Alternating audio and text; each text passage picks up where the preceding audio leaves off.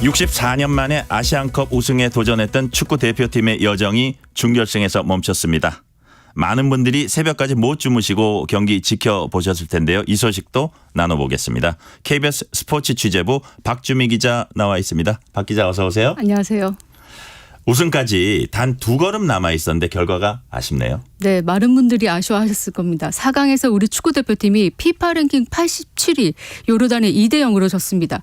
결과도 결과였는데 내용이 많이 많은 분들이 답답해 하셨을 겁니다. 좀 네. 많이 과하게 표현하면 졸전이었고 좀 완패라고 할 수 있는데요.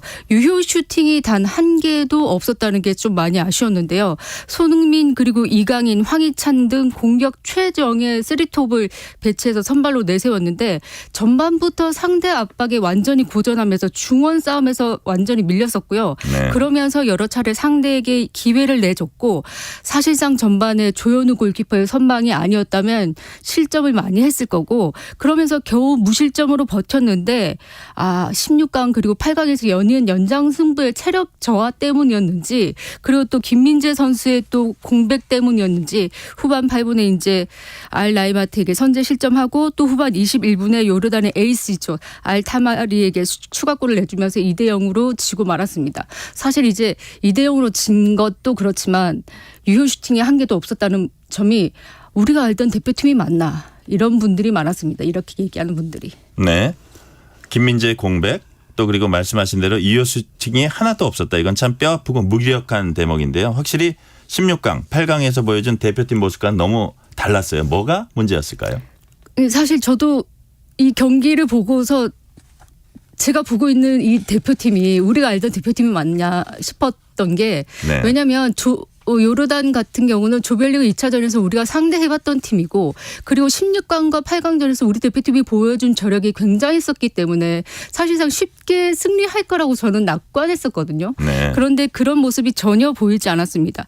왜냐하면 요르단을 충분히 조별리그 2차전에서 파악이 분명히 되었다. 이 경험을 해봤기 때문에 장단점이 분명히 파악이 됐었기 때문에 그에 대한 대비책이 분명히 들고 나왔을 것이라고 예상을 했는데 선발 라인업을 보니까 그에 대한 대비책이 제대로 나온 것 같지 않아요. 그에 대한 대비책을 분명히 들고 나온 전술이 아니었고 그 측면 공격진이 대단한 팀인데 이 수비 뒷공간을 노리고 나오는 이 팀인데 요르단이 그에 대한 대비책이 우리가 들고 나오지 못했다. 제대로 갖추지 못했다. 네. 그 요르단과의 조별리그 2차전에서는 이 측면을 파고드는 수비 뒷공간을 파고드는 측면 공격수들이 굉장히 위협적이었기 때문에 그 공격수들을 막아내는 김민재 선수가 있었는데 우리가 이 4강전에서는 이 김민재 선수의 공백이 있었잖아요. 경고 누적으로 결정을 했기 때문에 그러면 이 김민재 선수의 공백에 대한 대비책을 들고 나왔어야 되는데 그 대비책이 보이지 않았단 말이에요.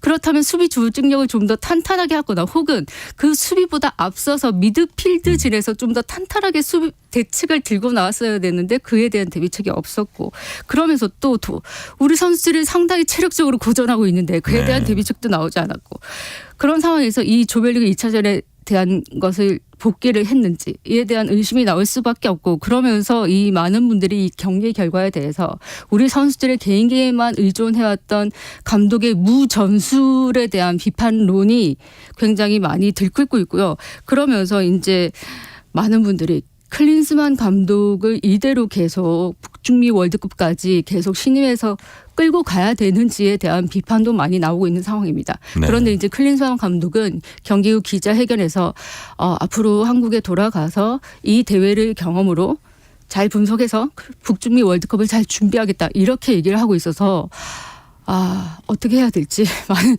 축구 팬들이 걱정하고 있는 상황입니다. 클린스만 감독 부분은 앞으로 여러 전문가들이나 많은 분들이 좀 꼼꼼히 살펴볼 것 같아요. 네. 대표팀은 이번에 아시안컵 우승 64년 만에 우승을 노린 건데 이제 좌절됐어요.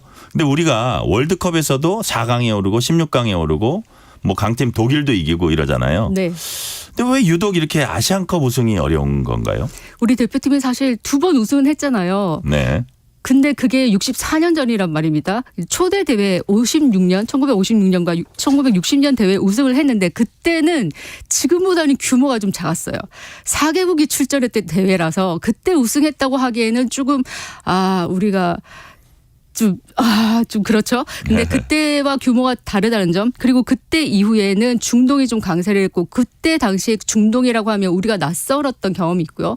중동 팀 자체도 낯설었는데 중동 원정은 굉장히 까다로웠습니다. 그리고 나서는 1990년대 그리고 2011년대까지는 2010년 초반 그리고 중반까지는 일본이 강세였고, 우리가 사실 한 축구가 강해졌다고 하기에는 2002 한일 월드컵 이후로 선수들이 유럽으로 진출하면서 선수 개인도 성장하고 축구 시스템도 성장하기 시작했기 때문에 우리가 사실 우승을 노리기 시작한 거는 2010년쯤이란 말이에요. 네. 그러면서 우리가 우승에 가까워졌는데, 그러면서 결정적으로 우리가 이번에 우승에 좀 더 가까워졌다라고 했는데, 그 기회를 이번에 4강에서 탈락하게 된 것이 점점 너무나 아쉬웠고, 축구 팬들도 아쉬운데 손흥민 선수가 그렇게 아쉬워했던 게 저는 너무나 아쉬웠고 가슴이 아프요. 그렇게 안타까웠습니다. 그렇군요. 그럼에도 불구하고 우리 대표팀이 후반 추가 시간 극장골을 터뜨리는 이번 대회 얘기입니다. 뒷심이 강한 팀. 그래서 좀비 축구라고 불리기도 하고 네. 손흥민 선수의 인성도 이제 화제가 되기도 했어요. 이런 명장면들이 많았던 것 같아요. 네, 좀비 축구를 좀 되짚어 보자면 16강전이 좀비 축구의 그 대표적인 장면이라고 볼 수 있는데, 16강전에서 1대0으로 뒤지고 있었고 90분의 정규 시간도 다 흘러갔고 추가 시간도 다 흘러가서 90분에 99분을 더하고, 그리고 99분에 조규성 선수가 극적인 동점골을 터뜨리면서 16강의 희망을 살렸고, 또 8강 호주전에서는 또 황희찬 선수가 페널티킥 동점골을 터뜨리고 네. 또 손흥민 선수가 역전 프리킥을 터뜨렸잖아요. 그러면서 많은 분들이 좀비 축구라고 그랬습니다. 그러면서 상대 팀들에게는 굉장히 충격을 안겼죠. 상대 팀들이 우리 한국 축구를 보고 저 팀은 도대체 뭘 먹길래 이렇게 힘이 살아나나 그랬고, 많은 세계 언론도 우리 축구를 보고서 대단한 저력을 가진 팀이다 이렇게 놀라워했고요. 또 손흥민 선수는 앞서도 언급을 했지만 인성이 좀 화제였고, 왜냐하면 같은 연장을 뛰면 좀 힘드니까 상대팀 선수도 그렇지만 심판들도 너무 힘들거든요. 네네. 그런데 잠깐 이제 부상이나 뭐 이렇게 선수들이 좀 그라운드에 앉아 있을 때 그 장비를 챙기러 들어오는 장비를 들고 오는 이 통이 있는데, 그 통에 담긴 물통을 꺼내면서 심판에게 당신도 마실래요? 이러면서 물통을 건네는 모습이 포착되면서 중계화면에 많은 분들이 그거를 보고서 인성도 정말 속된 표현으로 갑이다 이렇게 엄지를 좀 치켜세웠고, 그리고 이제 경기가 끝나고 나면은 이겼다는 그 기쁨을 우리 동료와 같이 나누기보다는 패배한 상대팀 동료를, 상대팀 선수를 껴안으면서 고생했다 이렇게 껴안으면서 이 모습도 포착이 되면서 상대 국가의 팬들이, 관중들이 그 모습을 포착해서 SNS에 실어 나르면서 그것도 화제가 됐죠. 손흥민 선수의 모습은 많이 우리 인상에 남을 것 같아요. 네. 오늘은 여기까지 듣겠습니다. 박주미 기자 수고했습니다. 감사합니다.